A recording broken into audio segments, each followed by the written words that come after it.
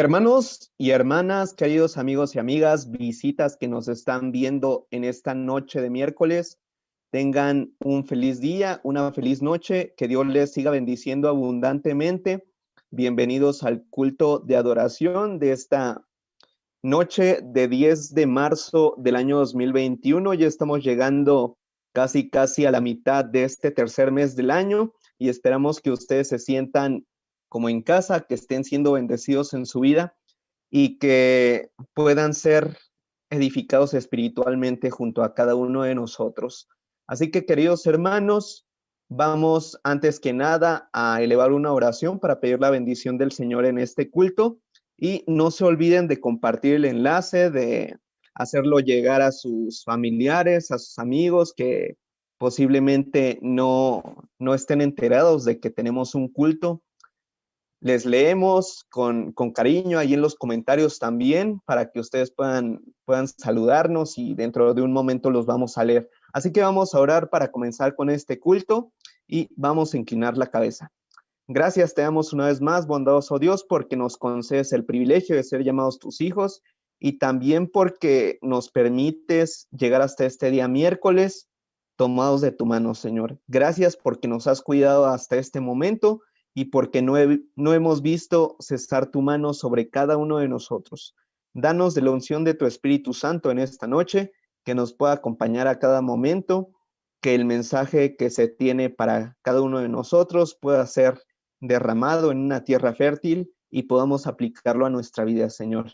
Bendice a tu siervo el pastor David, a toda la junta directiva de tu iglesia, Señor, que podamos seguir trabajando únicamente para honrarte y para glorificarte. Quédate pues con cada uno de nosotros, Señor, y perdona por favor nuestros pecados. En Jesús te lo pedimos todo y lo agradecemos de la misma forma. Amén. Muy bien, queridos hermanos, entonces, antes de pasar con el primer himno de esta noche, vamos a saludar rápidamente a nuestros hermanos que ya nos están viendo. Voy a leer los comentarios aquí en el Facebook y tenemos a nuestro hermano Pedro Gómez que nos está mandando a saludar. Saludos, hermano Pedro, Dios le bendiga. Y también a nuestra hermana Mari Carmen que ya se está reportando con los saludos que nos está diciendo bendiciones, también bendiciones a usted y a su familia.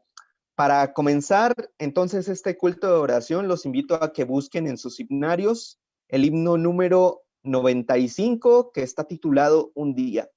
Con gozo vamos a entonarlo y la honra y la gloria sean para nuestro Dios.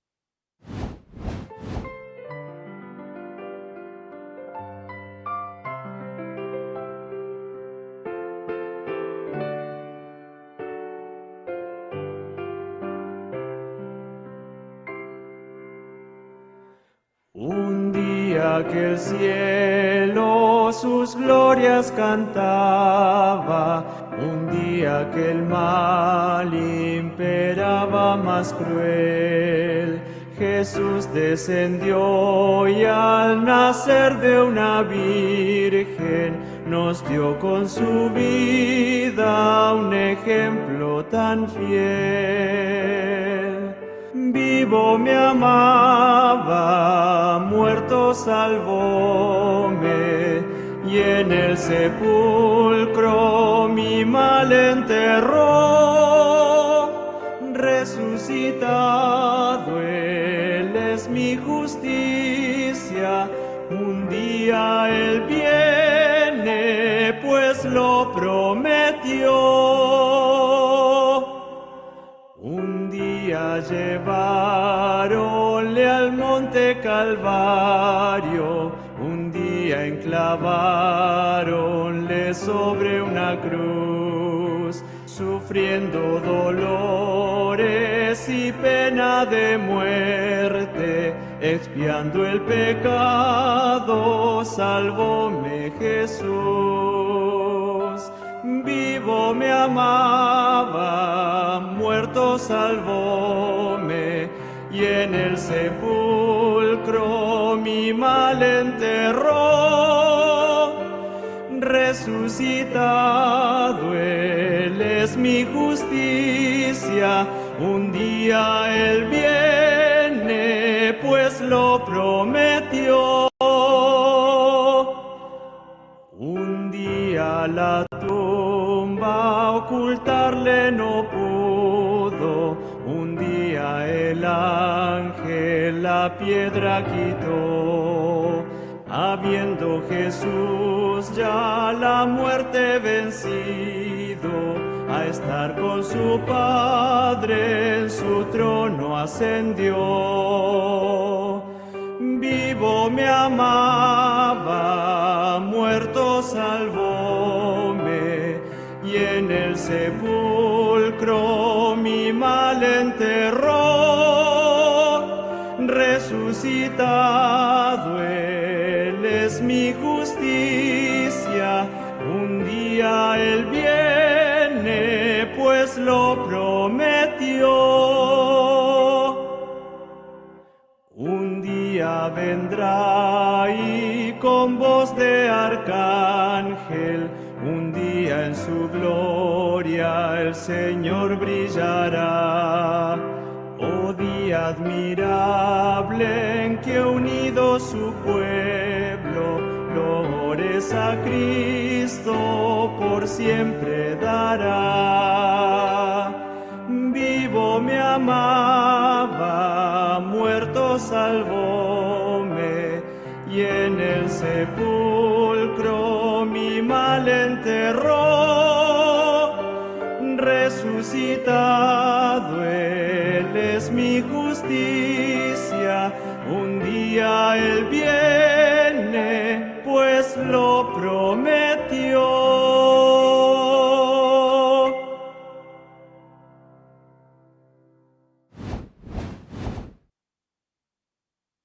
Queridos amigos, después de escuchar este bello himno, ha llegado casi el momento de pasar al tema, pero no sin antes pasar a la lectura bíblica. Voy a leer algunos comentarios también que están aquí apareciendo en las redes sociales, que están en YouTube, y vamos a saludar a nuestro hermano Miguel Toribio, igualmente a nuestra hermana Marta Leticia Reina, que también nos está saludando. Bendiciones, querida hermana.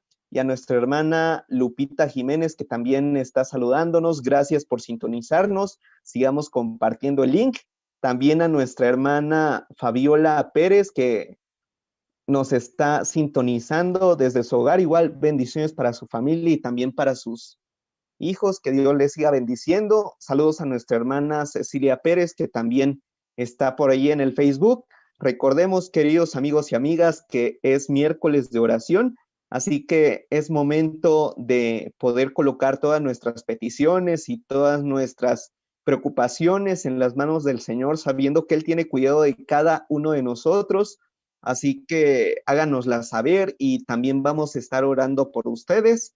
No olvidemos que la oración es una herramienta muy poderosa que, acompañada con el estudio de la Biblia, va a tener resultados muy grandes. Y hablando del estudio de la Biblia, ha llegado el momento de leer la lectura bíblica que se encuentra en el Evangelio de Lucas, en el capítulo 24 y versículo número 21. Así que te voy a pedir que desde donde tú estás me acompañes en la lectura de esta noche. Vayas corriendo por tu Biblia, si no la tienes al alcance de tu mano, porque la vamos a estar utilizando muchísimo en esta ocasión. Así que vamos al Evangelio de Lucas, capítulo 24 y versículo 21. Yo voy a darle lectura y tú me vas a seguir con tu vista, ¿de acuerdo? Nos dice el versículo 21, pero nosotros esperábamos que Él era el que había de redimir a Israel. Y ahora, además de todo esto, hoy es ya el tercer día que esto ha acontecido. Palabra del Señor, y con esta meditación en mente vamos a darle la bienvenida a nuestro querido pastor David Marván, que Dios le utilice poderosamente, y vamos a poner mucha atención al mensaje de esta noche. Muchas gracias, Omar. Feliz tarde, apreciados hermanos. Es un gusto poderlos saludar a todos ustedes y poder extender nuestros saludos como iglesia para cada uno de ustedes, para sus hogares. Como decía Omar, no hay que olvidarnos de compartir con otras personas los enlaces que nosotros recibimos. Hay que compartir con los hermanos de nuestra iglesia para que podamos llegar a más hermanos, y también no se olviden de compartir con aquellas personas que todavía no nos conocen, para que nos conozcan, es decir, compártanlo con sus amigos, con sus vecinos, con sus compañeros de trabajo, con todos, para que podamos tener un alcance mayor. Y en este momento me gustaría compartir la pantalla para adentrarnos al estudio de esta tarde. Venido el cumplimiento del tiempo. Ustedes recordarán que cuando el apóstol Pablo, hablando acerca de la venida de Jesús, dijo: venido el cumplimiento del tiempo, Dios envió a su Hijo nacido de mujer y nacido bajo la ley. Cuando la profecía de las 70 semanas de Daniel 9, 24 al 27 estaba llegando a su cumplimiento, Dios alrededor de ese tiempo levantó a 2 profetas para que predicaran acerca del tiempo que se estaba viviendo en aquella época. Y entre uno de esos 2 profetas, Dios eligió a un personaje llamado Juan el Bautista. De hecho, el tema fundamental de Juan el Bautista era: arrepentíos porque el reino de los cielos se ha acercado. Mateo 3, 1 y 2. Y saben que este mensaje de Juan el Bautista tuvo un doble énfasis. Número 1, tenía que ver con la llegada inminente del reino de Dios, del reino mesiánico. Y número 2, tenía que ver también con la necesidad urgente de arrepentirnos para que podamos estar preparados para ese evento y para poder entrar al reino de Dios.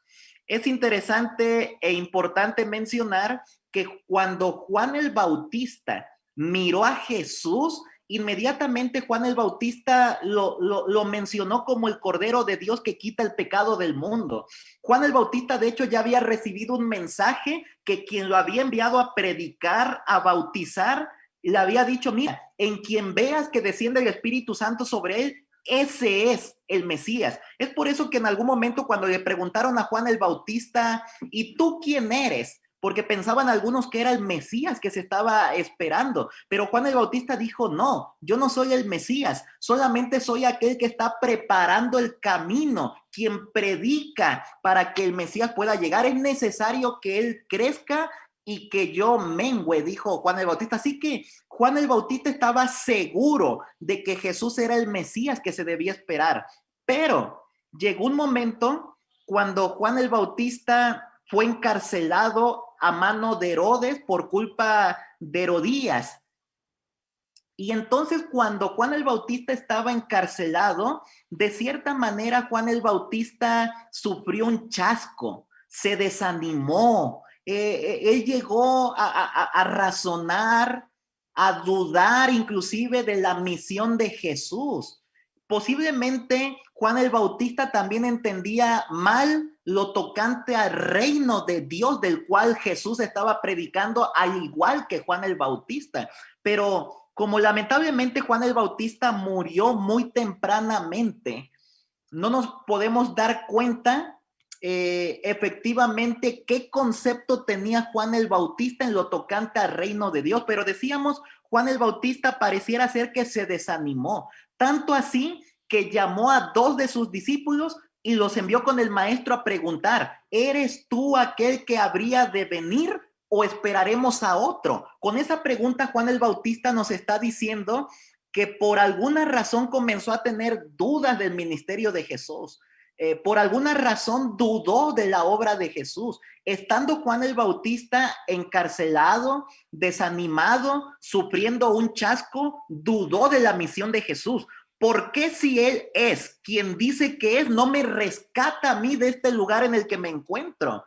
Y ante la pregunta de Juan el Bautista, el Señor Jesús contestó: mira, le dijo a sus discípulos: vayan y háganle saber a Juan las cosas que están viendo y que están oyendo. Los ciegos ven, los cojos andan, los leprosos son limpiados, los sordos oyen, los muertos son resucitados y a los pobres es anunciado el evangelio. ¿Saben que estas palabras que dijo Jesús allá en Mateo capítulo 11, en realidad textualmente se encontraban en Isaías capítulo 35. Y es muy posible que Juan el Bautista, conociendo la escritura bíblica, conociendo las profecías que hablaban acerca del Mesías, como la de Isaías capítulo 35, es muy posible que cuando Juan escuchó la respuesta de Jesús, la respuesta satisfació a Juan. Es decir, Juan se sintió contento, gozoso de que verdaderamente Jesús es quien decía que es y que verdaderamente Jesús es el Mesías. Y podemos darnos cuenta que Juan quedó satisfecho con la respuesta de Jesús, porque después ya no mandó a nadie más a preguntar y averiguar acerca de lo que había sucedido. Pero decíamos al inicio que había dos personajes que Dios había llamado como profetas para este tiempo. ¿Por qué decimos que los dos, tanto Juan el Bautista como Jesús que vino después, fueron los profetas alrededor de este tiempo en el que se cumplía la profecía de las 70 semanas? Que dicho sea de paso, ustedes saben que el Señor Jesús no únicamente era profeta, sino que era más que profeta, era Dios todopoderoso que se había encarnado, pero en este momento estaba actuando en calidad de profeta al relatar lo que está a punto de suceder. Miren, la respuesta es sencilla: ¿por qué unimos a los dos como profetas en este mismo ministerio? Y la respuesta se encuentra en que, número uno, el mismo Señor Jesucristo unió a ellos dos en una conversación. El Señor Jesús dijo: vino Juan el Bautista, que ni comía pan, ni bebía vino, y ustedes dicen, demonio tiene. Pero ahora resulta que viene el Hijo del Hombre, que come y bebe, y dicen, este es un hombre comilón y bebedor de vino, amigo de publicanos y de pecadores. Así que el mismo Señor Jesús los unió a ellos dos, tanto al Señor Jesús como a Juan el Bautista, en una misma conversación. De hecho, en otra ocasión, el mismo rey Herodes, al mirar la fama de Jesús, al ver que la fama de Jesús había extendido por diferentes regiones, en algún momento llegó a decir: miren, este no es otro que Juan el Bautista, que ha resucitado de los muertos. Así que la misma escritura bíblica los equipara a los dos como parte de un mismo proyecto, como parte de un mismo ministerio. Y es interesante mencionar que la misma predicación que tenía Juan el Bautista era la misma predicación que también tenía el Señor Jesucristo: arrepentíos, porque el reino de los cielos se ha acercado. Mateo capítulo 4, versículo 17. Así que cuando nosotros hablamos del ministerio de Juan el Bautista, del ministerio del Señor Jesucristo, arrepiéntanse porque el reino de los cielos se ha acercado, podrían surgirnos algunas incógnitas. Por ejemplo, ¿a qué se refiere Juan y Jesús cuando hablan de reino de Dios? Ellos están diciendo: arrepiéntete porque el reino de los cielos ya se ha acercado. ¿Saben que el término griego de donde se traduce reino, basileía, aparece 134 veces en los evangelios, siendo Mateo y Lucas los que prácticamente tienen más repeticiones del término? Aparecen 5 diferentes sentidos, como dominio, nación, soberanía, evangelio de reino y reino de Dios. En esas 5 formas podría ser traducida la palabra basileía. Miren, para mirar algunos ejemplos, Mateo capítulo 4, versículo 23, nos menciona que la misión de Jesús, además de enseñar y de sanar toda enfermedad y dolencia, era predicar el evangelio del reino. Mateo capítulo 5 y capítulo 6, también podemos ver allí a Jesús predicando en torno al reino de los cielos. De hecho, inclusive el Señor Jesús sabía que esa era la temática que tenía que abordar. El Señor Jesús sabía que sobre eso tenía que predicar. Lucas 4:43 dice: es necesario, lo dijo el Señor Jesús, es necesario que también a otras ciudades anuncie el evangelio del reino de Dios, porque para esto he sido enviado. Miren también otros ejemplos más. En Mateo capítulo 5, en Mateo capítulo 7, se nos menciona que Jesús a sus discípulos les dijo que para que pudieran entrar al reino de los cielos, la justicia de ellos debería ser mayor que la de los escribas y fariseos. El Señor Jesús dijo, miren, no basta con decir Señor, Señor, es que yo predico en tu nombre, es que yo echo fuera demonios en tu nombre, es que yo hago milagros en tu nombre. No, no. El Señor Jesús dijo, miren, para poder entrar en el reino de Dios, necesitamos hacer la voluntad de Dios que está en los cielos. Es así que Jesús iba por todas las ciudades, aldeas, predicando y anunciando el evangelio del reino de Dios, y lo acompañaban también los 12.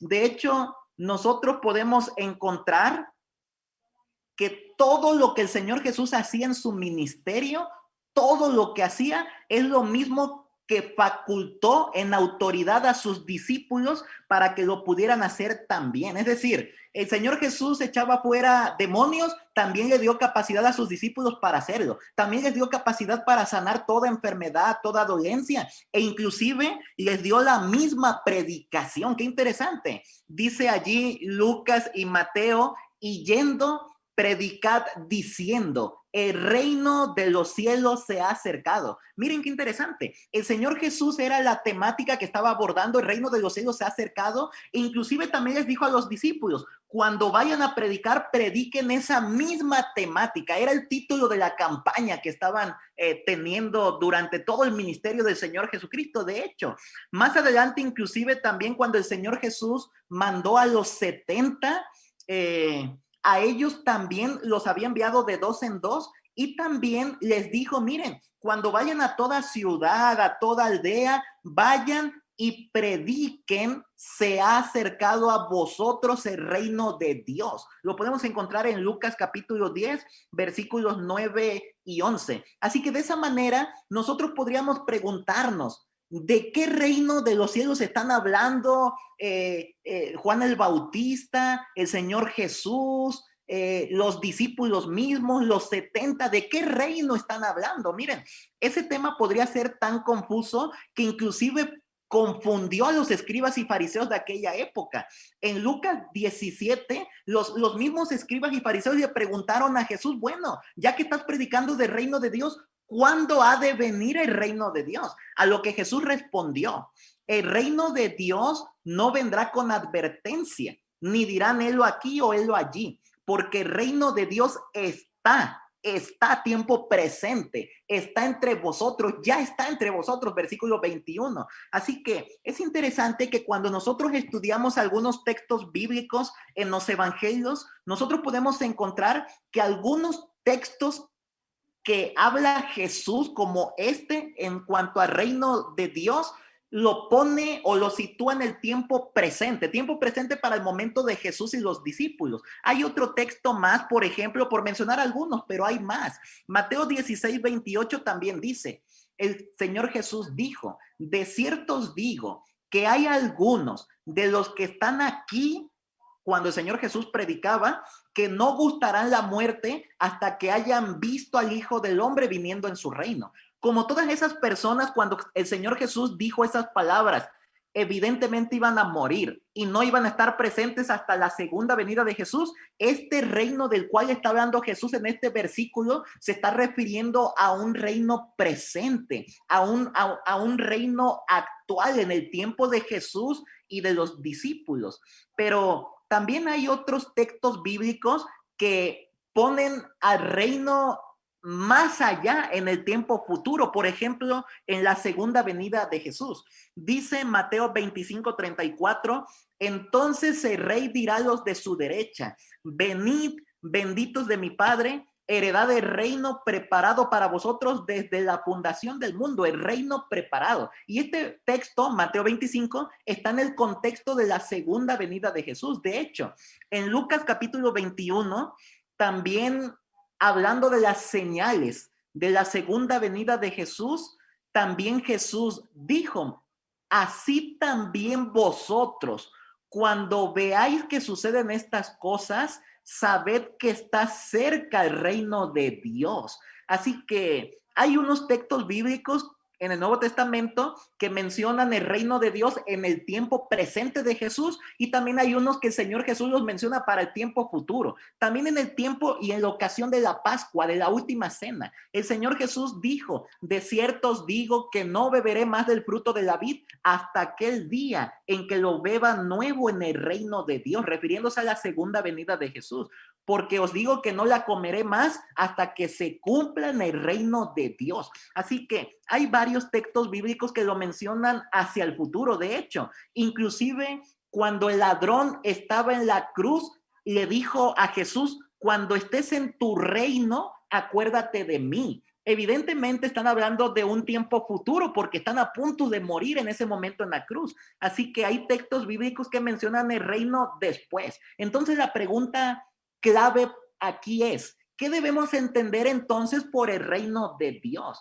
Para que nosotros podamos entender el reino de Dios, es necesario mencionar que la expresión bíblica reino de Dios significa tanto el reino de la gracia como el reino de la gloria. Y ustedes saben que el reino de la gracia es presentado por el apóstol Pablo en la epístola a los Hebreos. Después de que Pablo nos habla de que Cristo como nuestro intercesor puede compadecerse de nuestras debilidades, el apóstol dice en Hebreos capítulo 4, versículos 15 al 16: acerquémonos pues confiadamente al trono de la gracia, para alcanzar misericordia y hallar gracia. Miren, el trono de la gracia representa el reino de la gracia, pues la existencia de un trono implica la existencia de un reino.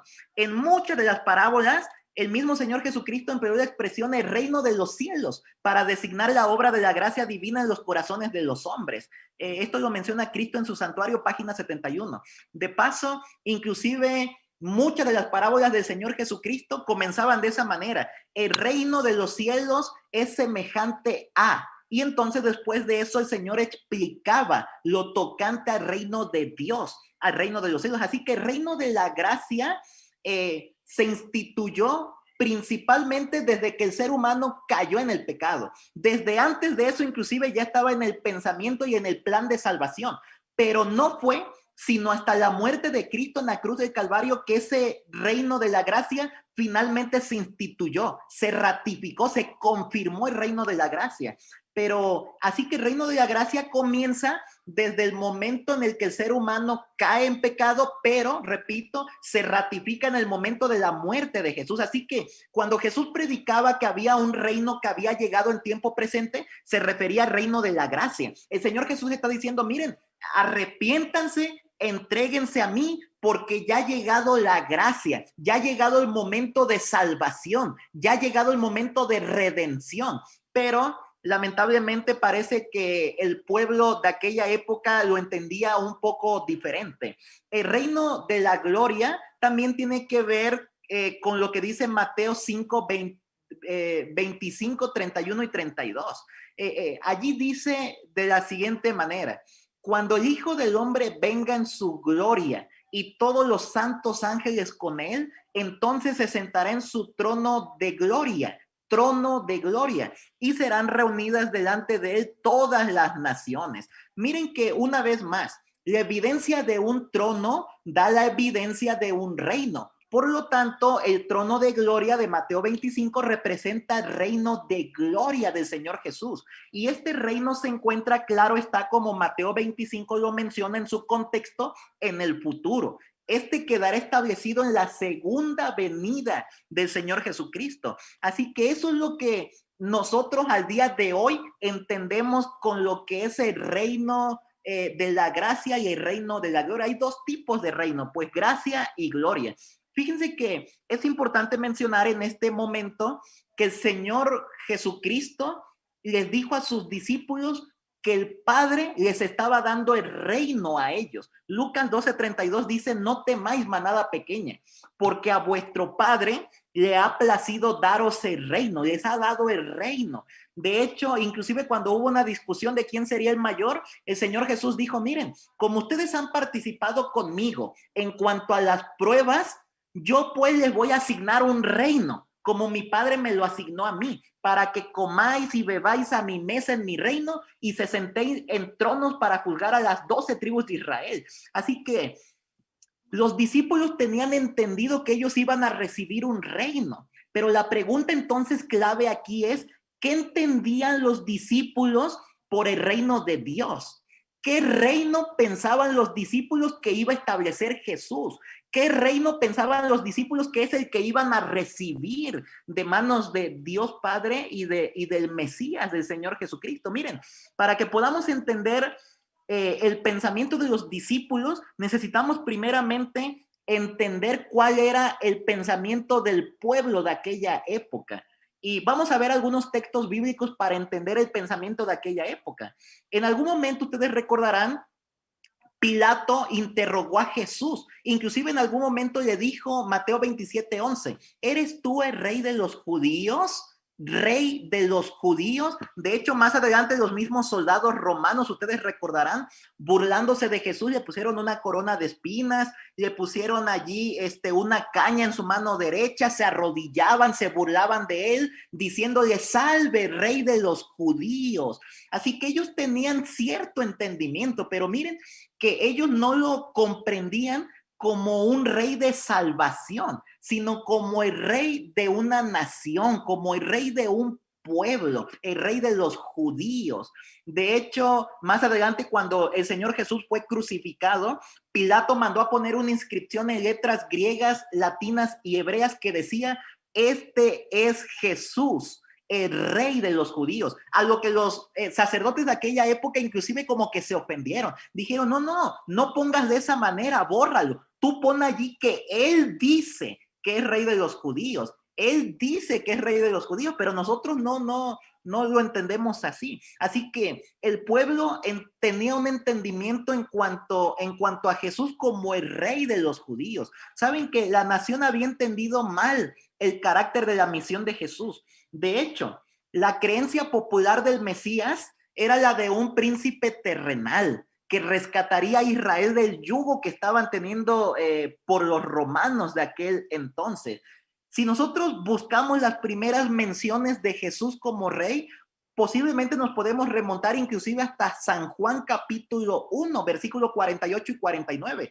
En ese momento, el Señor Jesús tuvo una conversación con Natanael y cuando Jesús vio a Natanael le dijo, mira, antes de que Felipe te llamara, cuando estabas debajo de la higuera orando, yo te vi. A lo que Natanael se sorprendió de lo que estaba sucediendo y le contestó, Rabí, tú eres el Hijo de Dios, tú eres el Rey de Israel. Pareciera que ambas frases hacen un contraste, porque por un lado como que lo reconoce como el Hijo de Dios, pero por otro lado lo reconoce como el Rey de Israel, no como un rey de salvación, sino como el rey que va a rescatar a la nación de Israel. Inclusive, más adelante, en San Juan capítulo 6, después de que Jesús hiciera aquel extraordinario milagro de los 5,000, la gente cuando presenció ese milagro quiso apoderarse de Jesús y hacerlo rey. Dijeron, oye, esto que el Señor Jesús hizo es sorprendente, por lo tanto vamos a hacerlo rey.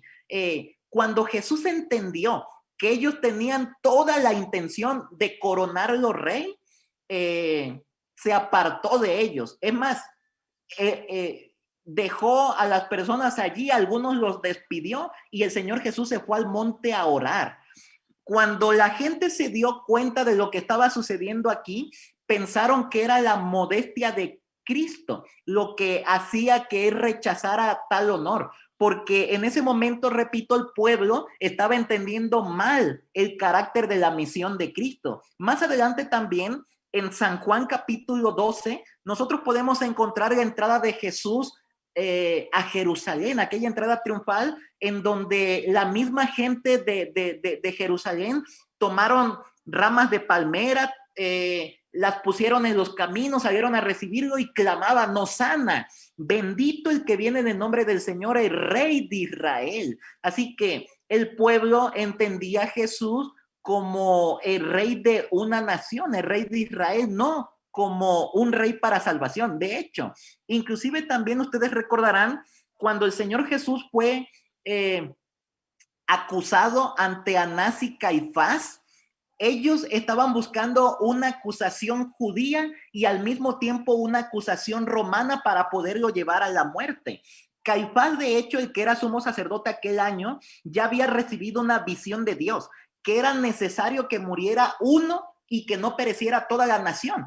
Aunque Dios le estaba revelando a Caifás lo que iba a suceder con la persona de Jesús, lamentablemente no había entendido bien el carácter verdadero de la misión de Jesús, de la muerte de Jesús. Lamentablemente Caifás invirtió las cosas y pensó que ellos estaban siendo llamados por Dios para crucificar al maestro. De hecho, más adelante también, cuando ya finalmente fue presentado ante Pilato, los sacerdotes le dijeron a Pilato, mira, hemos encontrado que pervierte a la nación y que prohíbe dar tributo a César, diciendo que él mismo es Cristo, un rey. De hecho, ustedes recordarán que esa idea que tenían de Jesús, de rey, del reino que ellos tenían en su mente, fue la idea que los sacerdotes están explotando en este momento para crucificar al maestro. ¿Qué quiero decir con esto? El mal entendimiento de la misión de Cristo fue lo que ocasionó que su pueblo, los sacerdotes, crucificaran a Jesús, porque entendieron mal, interpretaron mal las escrituras bíblicas. Desde ese momento, Pilato trató de soltar a Jesús y le dijeron, mira, si sueltas a no eres amigo de César, porque todo aquel que se hace rey, a César se opone.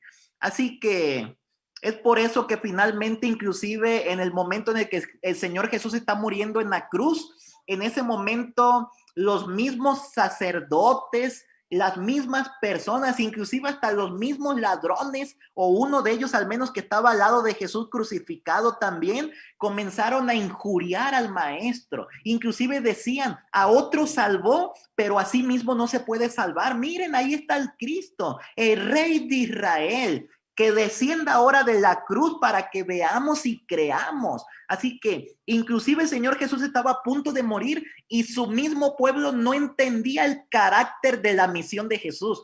Qué lamentable situación. Yo no sé qué sentía el Señor Jesús en ese momento. A los suyos vino, pero los suyos no le recibieron. Qué ministerio tan difícil del Señor Jesucristo. Venir a un mundo que no te espera. Tener un grupo de seguidores que tienen expectativas diferentes de quién eres tú. Tener un grupo de seguidores más cercano, 12 discípulos, que no tienen ni idea de lo que tú has venido a hacer. Tener a un rey que anda detrás de ti queriéndote cortar la cabeza. Los sacerdotes mismos judíos que están buscando ocasión para entramparlo, para matarlo. Y por si fuera poco, todavía Satanás detrás de él buscando arruinarlo. No era fácil el ministerio del Señor Jesucristo. Entonces, con ese pensamiento del pueblo, ¿qué entendimiento tenían los discípulos en lo tocante al reino de Dios? En repetidas ocasiones, el Señor Jesús ya había orado por sus discípulos para que entendieran el verdadero carácter de su misión. De hecho, quizás la oración más ferviente que Jesús hiciera por sus discípulos se encuentra después de aquel momento del milagro de los 5,000 que mencionamos hace un momento. Cuando el Señor Jesús se fue a orar por sus discípulos porque los mismos discípulos estaban participando del movimiento con todo el pueblo allí reunido. Es decir, los mismos discípulos querían hacer rey a Jesús. Ellos decían, ya llegó el momento. Si Jesús está haciendo estos milagros, ya llegó el momento de demostrarlo a todo el pueblo, a todo el imperio. Dice una cita por ahí, habían esperado durante largo tiempo un movimiento popular que pusiese a Jesús en el trono, largo tiempo. Cuando en aquella ocasión Jesús deshizo sus planes y después se fue al monte a orar, pidió poder del cielo para revelarles el carácter divino de su misión a los discípulos. Oró por sus discípulos porque sabía que serían intensamente probados en un momento después. Las esperanzas que hacía mucho tiempo acariciaban, basadas en un engaño popular, habrían de frustrarse de la manera más dolorosa y humillante. En lugar de su exaltación al trono de David, habían de presenciar su crucifixión. Le dolía a Jesús que el concepto que ellos tenían de su reino fuera tan limitado al engrandecimiento y los honores mundanales. Pesaba sobre su corazón la preocupación que sentía por ellos y derramaba sus súplicas con amarga agonía y con lágrimas. Miren qué pensamiento tan extraordinario.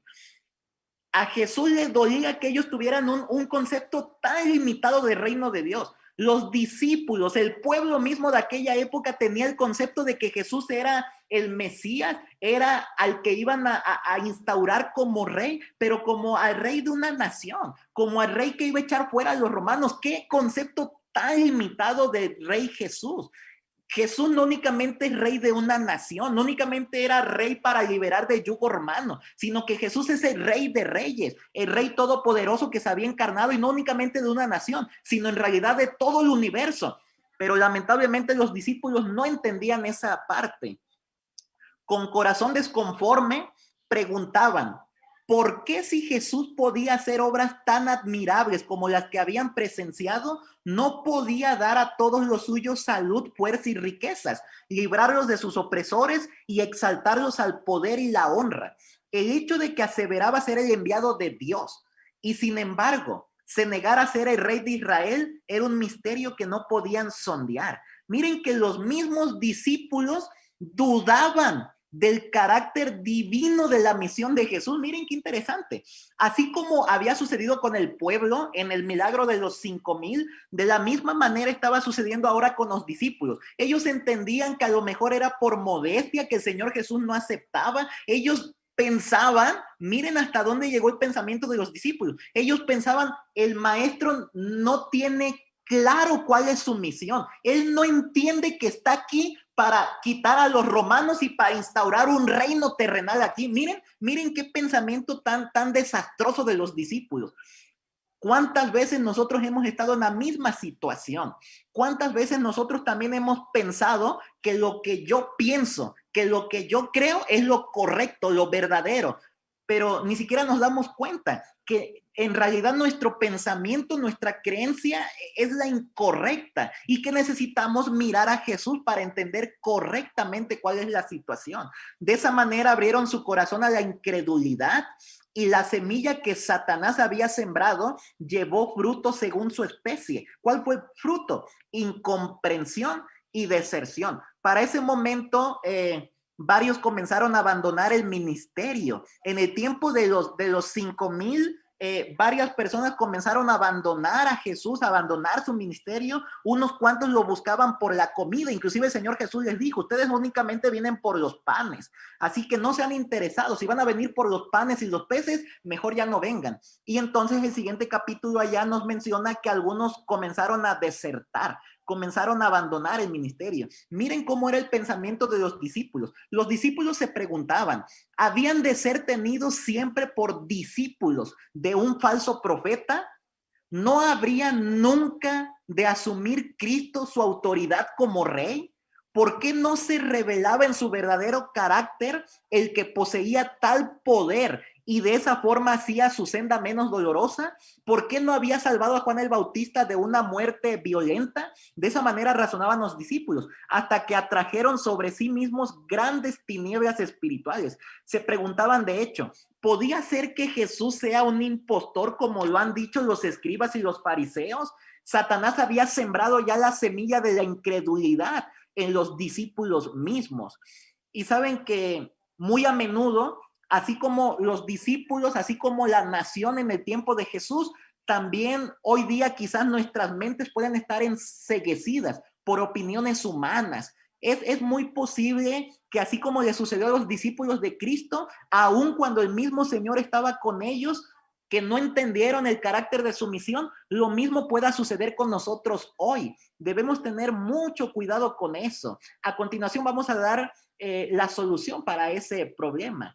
Así que la mente de los discípulos llegó a estar tan imbuida de la creencia popular del Mesías como un príncipe terrenal que quien llevaría a Israel al trono del imperio universal, y lamentablemente no pudieron entender, como tenían ese pensamiento en la mente, de que Jesús era un rey terrenal, no pudieron entender cuando Jesús les dijo lo tocante a sus sufrimientos y a su muerte. No podían entender eso.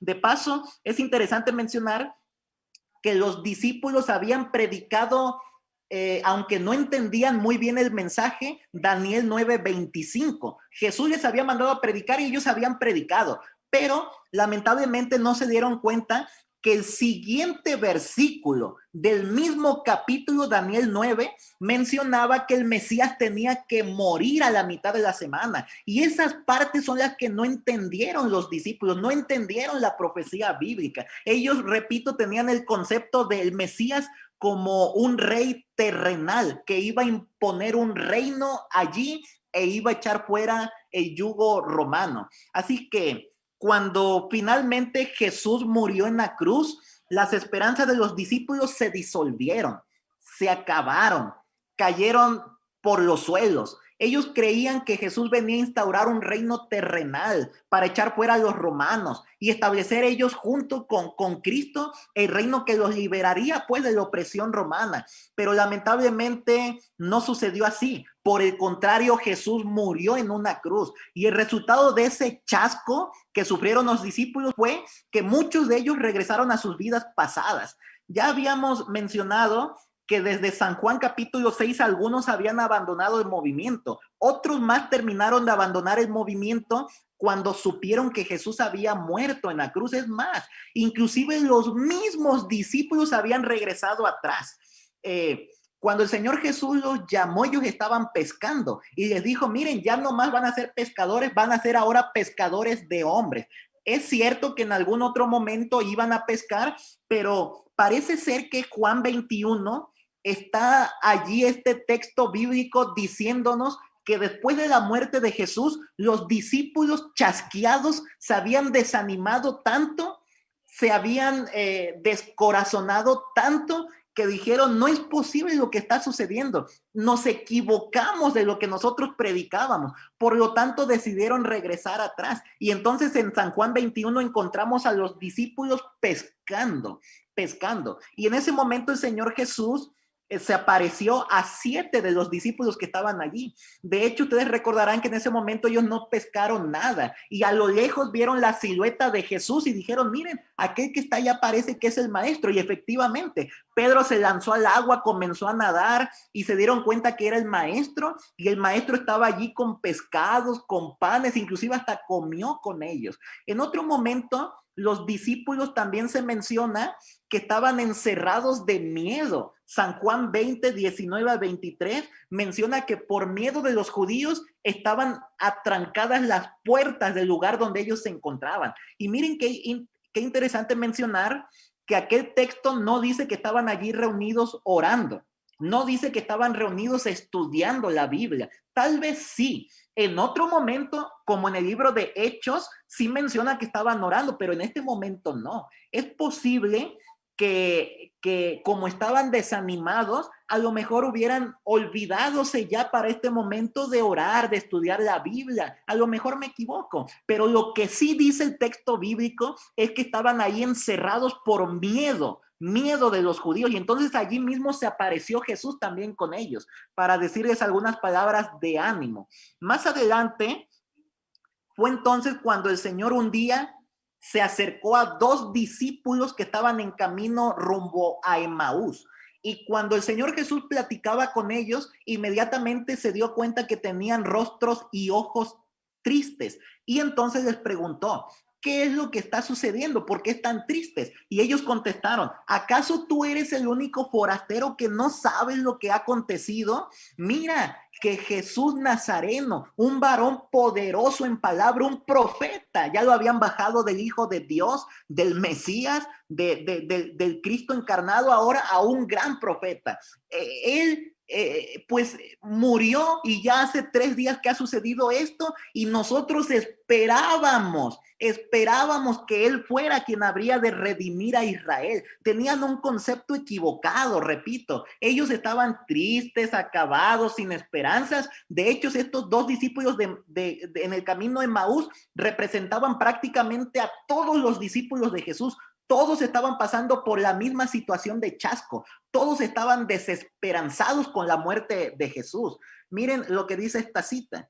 Cumplieron su deber los discípulos de Jesús en presentar a la nación judía la invitación de misericordia, y luego, en el mismo momento en que esperaban ver a su Señor ascender al trono de David, lo contemplaron arrestado como un malhechor, azotado, ridiculizado, condenado y elevado en la cruz del Calvario.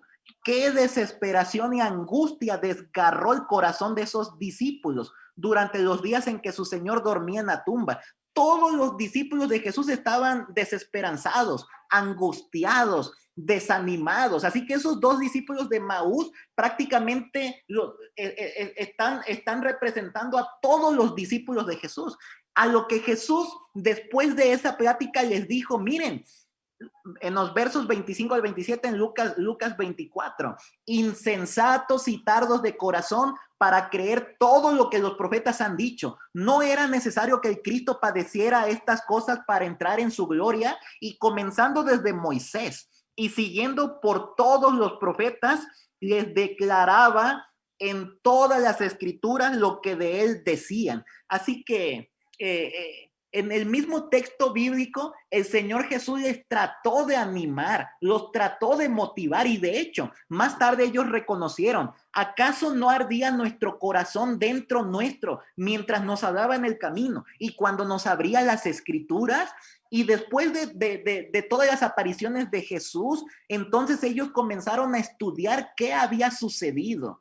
Ellos comenzaron a preguntarse, a cuestionarse qué sucedió, por qué lo que predicamos o lo que esperábamos no aconteció como nosotros creíamos, por qué el reino terrenal en el que creíamos no fue instaurado. Es más, ¿por qué el mismo Señor Jesucristo fue muerto? Y ante todas esas preguntas ellos se metieron, se sumergieron en un estudio de las escrituras bíblicas y comenzaron a indagar en todas las escrituras qué decían de Jesús. Y poco a poco el entendimiento de ellos se fue abriendo y entendieron lo que el Señor Jesús tenía que pasar, que tenía que ir a la muerte, tenía que ser muerto para que pudiera ser el Salvador.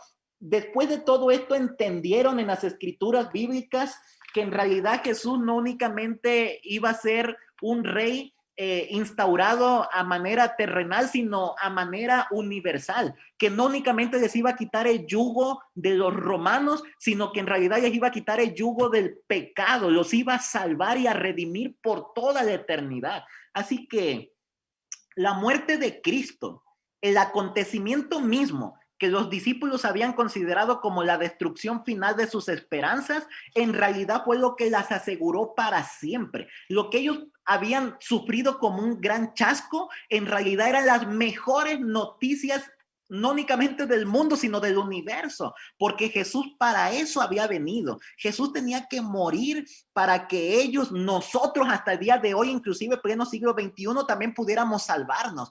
Agradecidos estamos con Dios por su sacrificio. Si bien es verdad que esa misma muerte les había producido un chasco cruel, no dejaba de ser la prueba suprema de que su creencia había sido la correcta. Así que después de que ellos estudiaron la escritura bíblica, fue entonces como los discípulos entendieron a través de la escritura, a través de la oración, lo que Jesús había venido a hacer. Así que mi deseo es que así como ellos, así como los discípulos, también nosotros en el tiempo actual podamos sumergirnos en un estudio intenso, profundo de las Sagradas Escrituras y podamos entender qué es lo que el Señor quiere que nosotros entendamos para este tiempo. ¿Cuál es el mensaje que nosotros debemos adoptar durante esta época y predicar? Todo anuncia que el fin de las cosas se acerca, todo anuncia que Cristo Jesús está próximo a venir, y nuestra tarea debe ser unirnos a la predicación de Jesús, de que el reino se ha acercado. El reino de gracia vino cuando el Señor Jesús murió en la cruz, y ahora está próximo a venir el reino de gloria. Y tu tarea y mi tarea es predicar que también ahora el reino de los cielos ya se está acercando. Ojalá que cada uno de nosotros pueda tomar parte activa en el ministerio en el ministerio que nos corresponde hacer en este tiempo del fin. Que el Señor les bendiga, apreciados hermanos.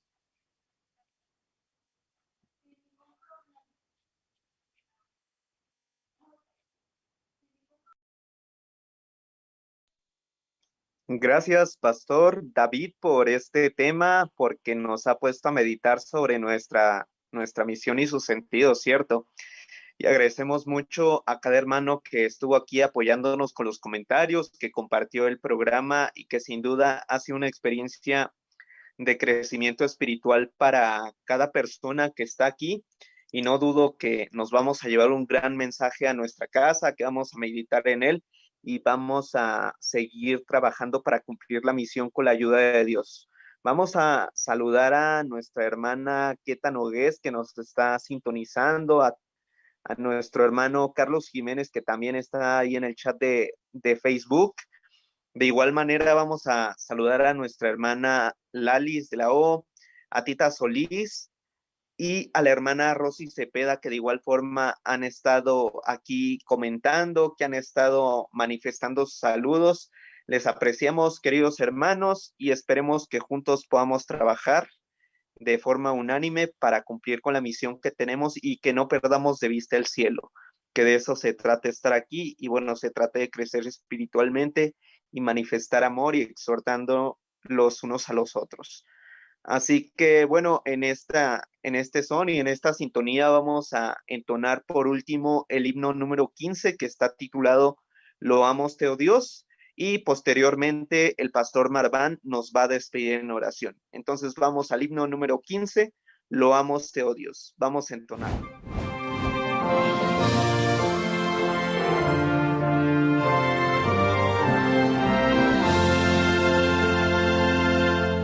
Loamos Te, oh Dios, con alegre canción, porque en Cristo tu Hijo nos diste perdón.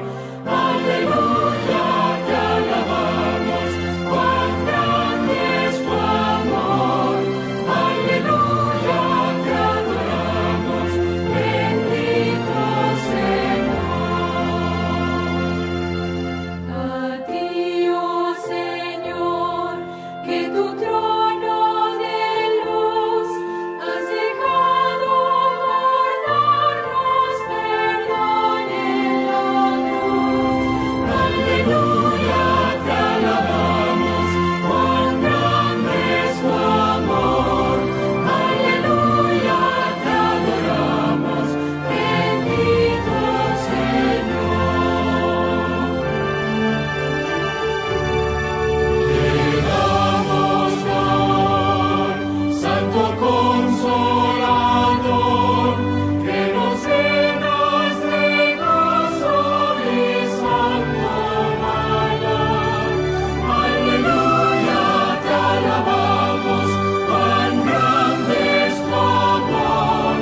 Aleluya, te adoramos, bendito Señor.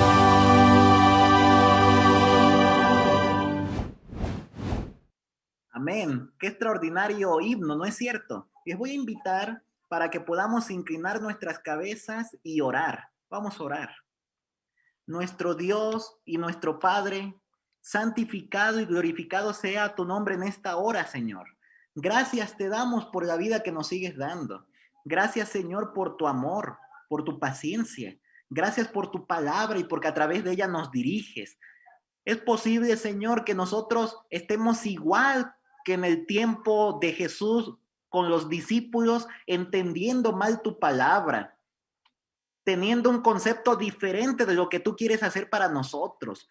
Te rogamos, Señor, que puedas abrir nuestro entendimiento. ¿Y cómo va a ser eso posible? De la misma forma como lo hiciste con Juan el Bautista y con los discípulos, abriendo las escrituras, para que nosotros podamos entender, Señor, cuál es el carácter divino de tu misión, para que nosotros podamos entender cuál es la parte que nos corresponde a nosotros como miembros hacer en este tiempo final de la historia de nuestro mundo. Ayúdanos, Señor, para que todos nosotros podamos unirnos a ti y cumplir con la parte que nos corresponde. Úsanos como instrumentos útiles. Permite, Señor, que a través de nosotros muchas personas te puedan conocer, que a través de nosotros puedan conocer el mensaje adventista, que a través de nosotros puedan conocer aquel mensaje grandioso que tú has dejado en Apocalipsis 14 con el mensaje de los 3 ángeles, que podamos entender aquel mensaje del don profético también, que podamos predicar fuertemente al mundo entero que Cristo Jesús está próximo a venir, que todo anuncia que el fin de las cosas se acerca.